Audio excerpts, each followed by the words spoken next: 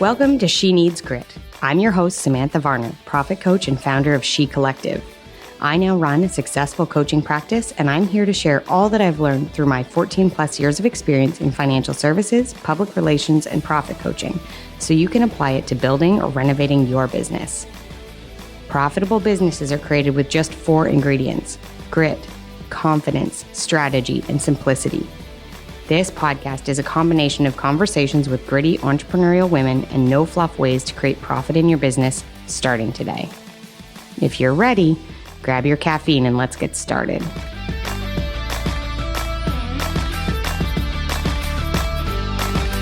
Hi, everybody. This is Sam Varner, and I am so excited to have a conversation with you today all about a comment I got today at my kids' fun run. So for those of you who don't know, I have 4 kids. My oldest is now 13. She is in junior high. My second is 11, so he's at the very beginning of junior high. And then my 2 youngest boys are 9 and 8, and they are in elementary school. So this is relevant. You'll see why in a second. We are going to talk about a comment I got today when I went to the fun run. So school fundraiser. If you're a mom, you know what these are. I went and watched my kid run around the field 900 times in the Texas sun, and then I went home for an hour and a half, and then I went back to watch my other son run around the field. Same thing. It was great. They have fun. They're always happy to see me there. It's not my favorite thing to do with my time. I'm not going to pretend that it is, but I know how important it is to them, and I'm happy to see them having fun, especially outside at school is always fun. So I'm standing there chatting it up with parents that I know in our community, and somebody came up to me and said, I don't know how you do this. Having a business, being a mom, having 4 kids, how do you even manage it all? You're always so organized. So I kind of laughed, guys. I'm not going to lie. I'm not organized. I wish I was the person who is super organized all of the time. I'm organized enough to know where my kids are and to probably know where all their shoes are, but that's about it. So I wanted to talk about the myth today that you have to be able to be super organized to be successful in business, that you can't have it all if you are a mom, that you need to make sacrifices, that you can't have a profitable business because how do you do that and still show up for your kid? And I just want to call bullshit on all of that.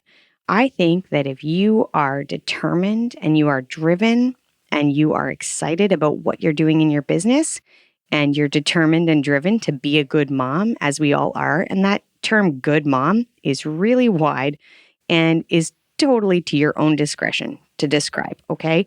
I'm never going to pass judgment on the kind of mom you are. I think you're a mom who loves your kids. I think you're a mom who wants to build a business. And I think that is literally the standard that we set ourselves. And that's it. So I wanted to just talk about this a little bit today because I do feel like as women, a lot of you probably are coming from a position where at some point you were either in a corporate job, which was very structured and created a very tight schedule. So even if you were in a corporate job and you had children, you would have been dealing with some schedule based on your boss, based on what they needed you to do, what hours they needed you to be there, and then you had to arrange your kids around that. And pretty much every mom I've ever talked to that has been in that situation and now is in a situation where they're running their own business or they're wanting to is because they want more flexibility. They want more time freedom in their business to be able to do both. And I 100% believe that that's possible. In fact, speaking of my organizational skills, I told you they're not great. Not when it comes to this stuff. Today, going to the fun run, kind of had forgotten the fun run, let's be very honest, but tiny humans have a way of reminding you things, generally right at the last second if they're my kids.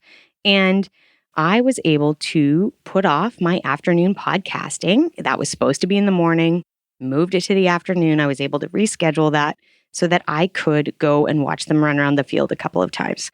So important. You as an entrepreneur has the ability to create the business that you want. And it can look however you want. There is a lot of pressure out there. There is a lot of expectation, and a lot of it, quite honestly, is coming from you individually about how it should look, what it should look like. One of my highest posts in terms of engagement on Instagram was, I can't remember how long ago it was, but I'm sure if you scroll back in my Instagram, you can find it. But it is a picture of my kitchen table in the morning, and there are boxes of cereal. I am 100% certain there's dirty socks under the table, and there's Cheerios all over the table. And it was me saying something along the lines of, hey, I'm just going to leave this until this afternoon because right now my business takes precedence. So, as a business owner, as a CEO, you get to choose, but you need to give yourself a little bit of freedom. It is very, very hard to stay 100% on top of your house, having it be immaculate, i.e., no Cheerios on the table, no socks on the floor, at the same time as you are doing all of the things for the kids. So you're doing the fundraising, you're doing the volunteering, you're taking them to sports practice, you're making sure that they have a 7-course, fully balanced, all the things meal every single time. You're making a hot breakfast and a hot lunch and a hot dinner. Then you are making sure that the house is clean and the laundry's all put away and the dog's been walked for an hour and your fridge is something that looks like it came out of Pottery Barn. You open it and it's beautifully categorized, all of those things. You're trying to do all of those things all at the same time. And then you're also wondering why you feel so frantic and so scattered and so frustrated with the business and how to fit it in, and even trying to imagine how you would fit it in. I don't want that for you guys, okay? So when I talk about you can build a profitable business with simplicity, I also mean it doesn't have to be with every second of your time. You do not have to spend every moment of your life trying to build your business and discarding the things you have to do as a mom. You also don't have to do all the things in the house. You don't have to get all of that stuff done all of the time if right now your business needs some priority. And I want to, if nothing else with this podcast today, I want to grant you permission to realize that all of that is okay. It is okay when you choose a certain priority that sometimes business comes first. Sometimes the kids come first. Sometimes your spouse maybe comes first. Arguably, sometimes you come first, right? Sometimes it's not about the kids or the business or the spouse. Sometimes it's about you need a little bit of a break, and that is available to you. The laundry never has to come first, unless you're completely out of socks and underwear, in which case just go do a real quick load and get it done. But I feel like the circumstance around making that feel hard is no good for anybody. None of us thrive under that pressure. So today I just want to talk a little bit about ways that I've made my life easier. And I'm in no way suggesting that these ways are things you have to try, but they are things to maybe get your juices flowing in terms of what could you do differently in your life or think differently about that would make your life a little bit less stressy and a little bit more chill. So here are 3 things that I do in my life that have made my life a little bit easier. Now, we talked at the beginning that my kiddos are getting bigger. And so for you mamas that have littler kids, I know this isn't as easy, okay, but you will get here. I have started delegating more work around the house to the kids. They are capable of doing quite a bit more work than even what they're asked to do, to be quite honest. But it does take the pressure off of me when I say to them, okay, there's 4 of you, you guys get to do the dishes and you're in charge of unloading the dishwasher and loading the dishwasher and wiping down the counters and putting away the food after dinner. All of those things free up time for me. Now that time, to be quite honest, doesn't become business time for me, but what it does do is it frees up time so that I can help other of the individual kids with homework or with their reading time or taking them to sports practice. So I do that a lot. We've started just asking them to pull their weight around the house a little bit, which means the pressure is eased on my husband and myself. So that's one way. Another thing that we do a lot of cooking at home. My husband probably enjoys cooking more than I do.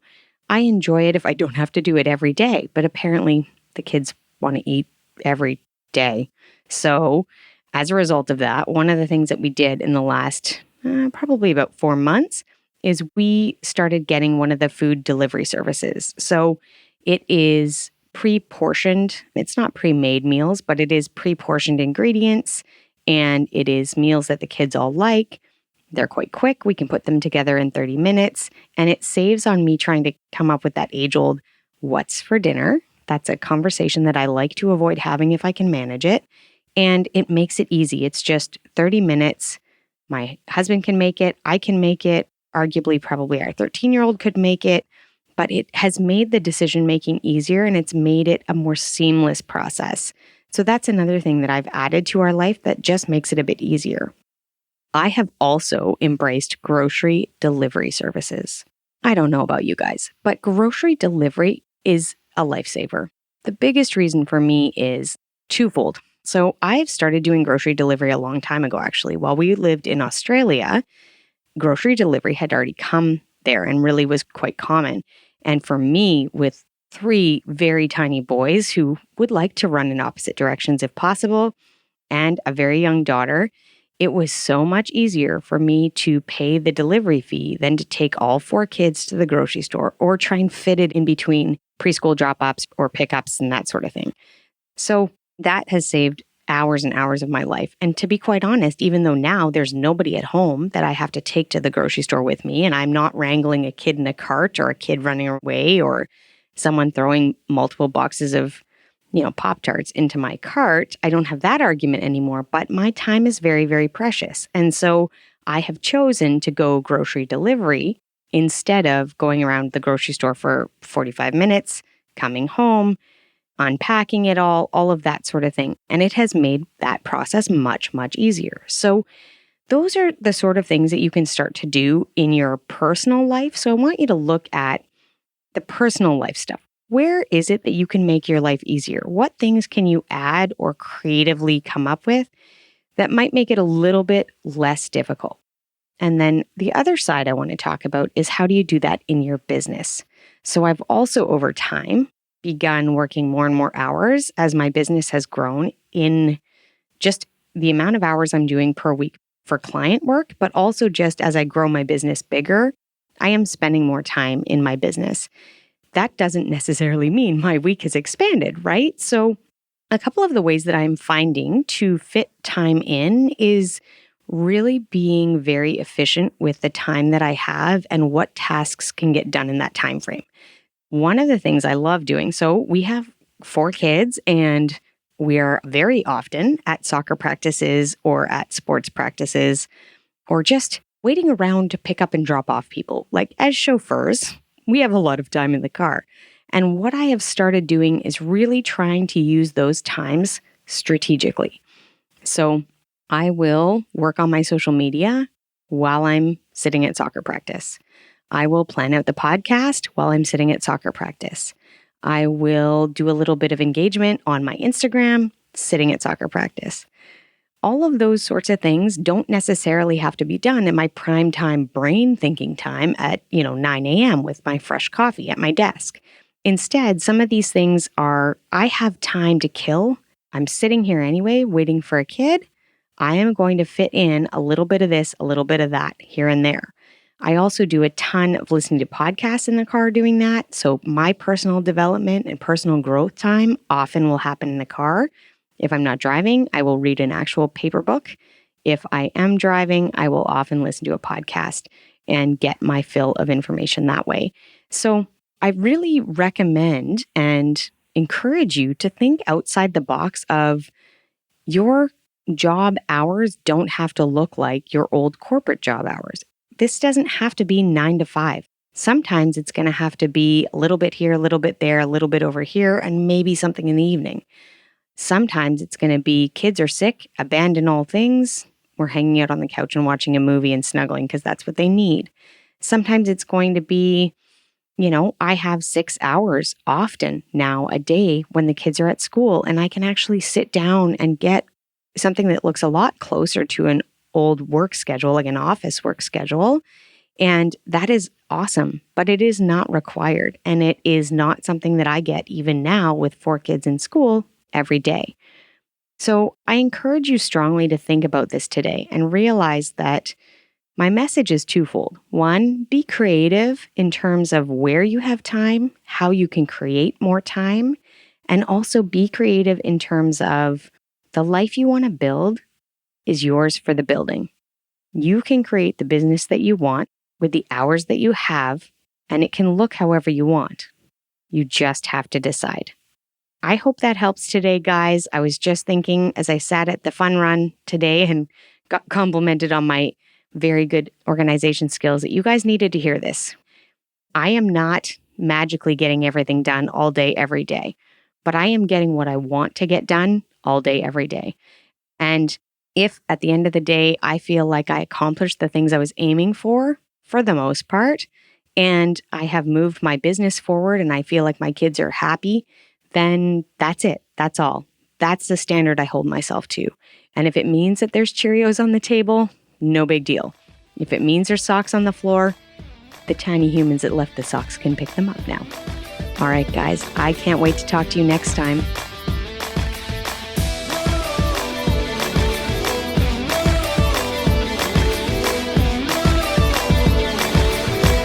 If today's topic is one you know you struggle with, I invite you to book a free profit call with me and share your struggles, your goals, and together we can decide how coaching with me could be the way to shift you into a profit maker.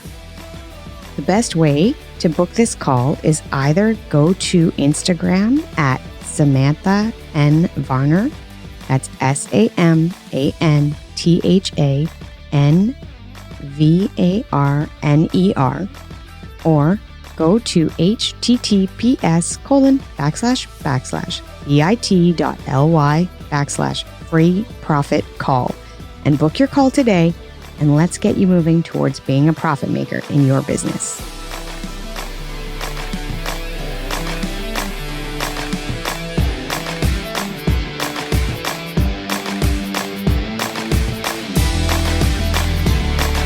Thanks again for joining me, Samantha Varner, in this episode of She Needs Grit. Let's talk shop again soon.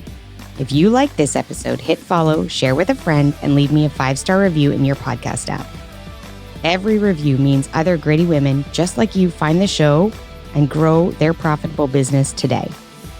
I invite you to connect with me on Instagram at Samantha N. Varner, or just pop over to my site at shecollective.biz, and that's .biz with a Z or a Z if you happen to be in Canada. I'll be back next week with more so you can create confidence, clients, and cash in your business with simple strategy and none of the drama.